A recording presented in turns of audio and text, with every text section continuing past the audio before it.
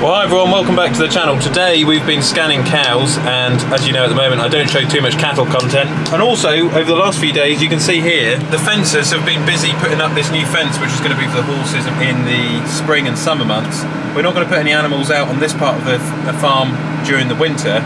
But if you just have a look over there, I've still got some more sort of material I've got to move up over there, just a load of rubbish which I left from last year. But for the most part, we're getting rid of these implements, putting them over the road, out of the way, and it's starting to look now like a more presentable horse part of the farm, I guess you could call it, like an equine side, which to be fair is, you know, these days where the money is, that's how you make a living. The Manitou's just coming up to 1,500 hours. We booked our service in for Wednesday, so we've got a chap from Thurlin and Standen, which is where we went to the Manitou Roadshow, coming to service this upcoming Wednesday. We had a problem this morning with the valve just on the front. They have replaced that under warranty, which is awesome. That is a replacement valve which they fitted this morning, and that is a revised valve, so I think that's supposed to be more reliable now. And then also we've got these plugs put on, which I never had on the original couplings. They go over the end, which they installed the other day, and they keep the couplings protected. So when I put my muck grab couplings on, they've now made sure that I can keep the couplings clean with those little caps there. I'm sure a lot of you guys know what it's about with this sort of equipment. You've got to keep the oil running clean, otherwise you do get problems like that in the transmission and in the hydraulic department. For the most part anyway, this machine's now done 1,500 hours. That 6R over there, that's done 1,500 hours. That's going to be due a service pretty soon. And so both of them are matching on hours, and it sort of begged a question earlier on today, you know, which machine would you replace? Would you rather replace the tractor and have a new tractor, or change the telehandler and have a new telehandler? I suppose it's a difficult one really. At the moment, this is a pretty reliable piece of kit. The John Deere, touch wood, it has been pretty good. A lot of people commented yesterday and said, why am I not such a big fan of AdBlue? Well, you know, if you go back about 5-10 years, both of these machines wouldn't have had AdBlue. And before AdBlue and everything, you know, we wouldn't have been paying £30-40 a week, you know, for the AdBlue costs. So I understand that it is making the tractors and the equipment a lot cleaner and better for the environment, but on the other hand, it is a cost. And maybe if, you know, the government could pay a little bit towards the AdBlue costs or the emissions technology on these diesel machines, that would be pretty cool. But they don't seem to offer any incentives, only for electric cars at the moment. And they haven't really developed any electric tractors yet. So if they could maybe develop some sort of hybrid electric tractor and then actually pay farmers a little bit towards them to help, you know, clean up their emissions, that would be brilliant. You know, a diesel engine is so difficult to replace with electric technology. We've already got electric cars they're building, electric lorries, and they've already got a lithium shortage, a battery shortage doing that. So to make electric tractors is going to be really difficult. And I've heard recently they're planning on doing the Euro 7 emission standards in 2025. So that will basically mean a ban on diesels and pretty much the combustion engines. So at the moment, even with the AdBlue, they do emit small amounts of emissions. But by then it will just basically be, you won't be able to drive a combustion engine, except the problem is, for farmers, there's nothing else, there's no other solution. You know, you've got diesel, and you've got diesel and diesel. That's the only thing we can farm with in this world at the moment, unless I know there's a few electric tractors, but they're quite small at the moment, you know, probably more the likes of my 65. So realistically, we're going to be running some pretty small tractors, which would be electric, if we were to, you know, contribute to saving the planet. But then we're going to have to manufacture a hell of a lot of electric tractors to contribute or to replace, you know, a big 200, 300, 400, 500 horsepower tractor.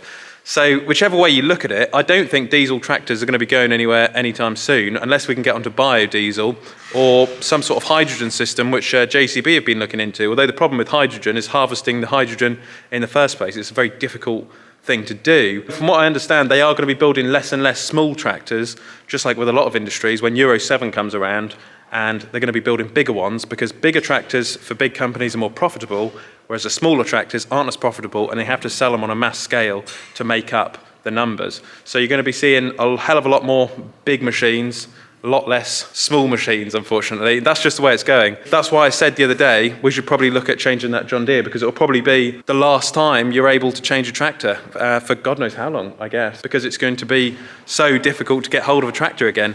The Manitou behind me, that is a brilliant piece of equipment. That is basically the farm's forklift, and that can stay on the farm and do many thousands of hours. Things like this, the John Deere, you know, might be the last time we change this. Otherwise, we'll probably look at something else, such as a lot of you guys had commented on the John Deere 7810, which is actually quite a good option. Another tractor which I really like, of course, back in the good old days was the 6930. Difficult nowadays to pick one of those up because 6930s, they've done so many high hours nowadays. Unless you've got a 6930, took it to like Young's Tractor Restoration and did a full rebuild on it, kind of a bit like what I've done with the 135, not the 65, and just kept rebuilding it. I noticed Jerry6420 over in Ireland, who makes YouTube videos, check out his channel. He seems to farm with a lot of the sort of older John Deeres, and he seems to be doing all right out of it. So, you know, it might be that we, in the future, have to start looking at a lot of these second-hand tractors, which, to be fair, a lot of people have been looking for in recent years. You know, that's a real possibility going into the future, except the problem is that the hours are so high on them, but the prices are matching that as well. You know, people are keen to pick up the old stuff, you know, because they've got lower running costs, and they are, you know, fairly reliable, still fairly comfortable and capable machines.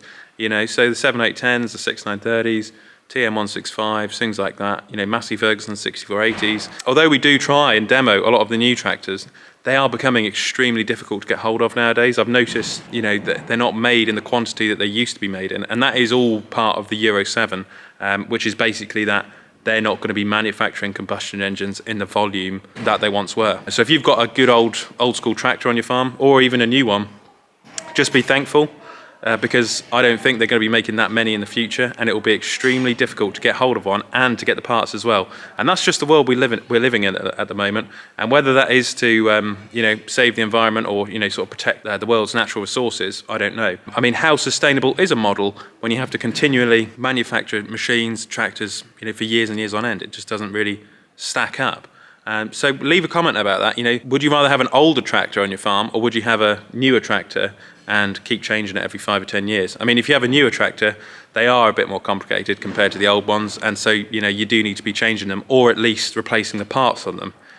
You know, everything goes wrong, whether you have an old one or a new one. Even my restored 135 when it comes back, yes, it will be reliable, it'll be amazing, but there will be one point in time where my 135 will go wrong, because, you know, nothing lasts forever, however reliable they are. Although one thing about the 135s, you know, they are a lovely little tractor, and they were built back in the good old days to be just that, to be reliable and to withstand many, many decades, years and decades of hard work on a farm. Whereas, you know, on the new tractors, are they designed to do that same hard work? That is the question. Yeah, it's a difficult one, really. So yeah, 1500 hour review of the Manitou, the 630. What a piece of kit she is. We will be trying the new 630, which is the 115. That's coming later on this year in December, when it comes off the Manitou Roadshow fleet. We'll be trying that out, just comparing it against this 630, which is 105 horsepower. Yeah, that is something I'm really looking forward to. I have the Olly's Farm headrest imprinted there with Olly's Farm, which is, I think, just a nice touch. It's all in the details, really. I like it with the stitching matching the colour of the machine. So if you see there, red stitching matching. And for any keen viewers on the John Deere, you can see the headrest matches with yellow and green to match, obviously, John Deere. And also in the shed, I don't know if you can see, we've started to use the straw which I brought in from earlier on in the year. I know some of you guys have been commenting about that. Well, hopefully next year, this straw here, these round bales, will be baled by our own baler. Implements is quite important. You know, the round balers, they're probably 10 to 15,000 at the moment. Probably 20,000 for a half decent one. Mower, that's going to be a good 10 grand. So we're probably going to spend £30,000 on a mower and a baler for next year. But then our contracting fee for doing that, all of our straw, silage, hay, is about 10 grand a year, 10 or 12,000 pounds a year, which we spend on that. So actually, I think the mower and baler will pay for themselves in the next 3 years. And a lot of farmers as well, I've noticed in this area, some of them are thinking about retiring, and also there's not as many people coming into farming nowadays. So it's an interesting one, really. How do you continue farming? You know, you can look at it as a negative, or you can look at it as a positive. And with less and less people in the industry, for those who are still in it, such as myself, the outlook could be pretty good. You know, it just depends which way you look at it. The contracting is going back to farmers and also bigger farms. You know, a bit like corporations at the moment. The little guys getting pushed out, and the big guys are, you know, still in the game, so to speak. As I said at the start of this video, we are in the horse game a bit now, doing equine. So we have to look after both sides of the farm, the cattle and the sheep, the equine, the arable, and the holiday lets, which we've got as well, and the tourism. Because if we didn't do that, the show wouldn't work. You know, it all works in one. And ever since I was about that high, I have always wanted a round baler and a mower and a big John Deere tractor. That's something I've really wanted. Unfortunately, for me, my old man has never been interested in machinery. He likes sheep and cattle, which is fine. I've always liked machinery, and I do like sheep and cattle, but I really like big John Deere tractors. You know what? You can tell that from me, and that's just. I think it was a John Deere 6506 or 6600, which used to drive past our farmhouse when I was really small, and we used to have like an old Zeta back then, and there's nothing wrong with them. It did the job, and then we went on to McCormick's, but I always thought, if you ever got a John Deere, you'd be doing pretty well, and yet here we are, thankfully, to Olly's farm, we're doing it with the John Deere. It's an interesting one really, and I suppose one of motivation.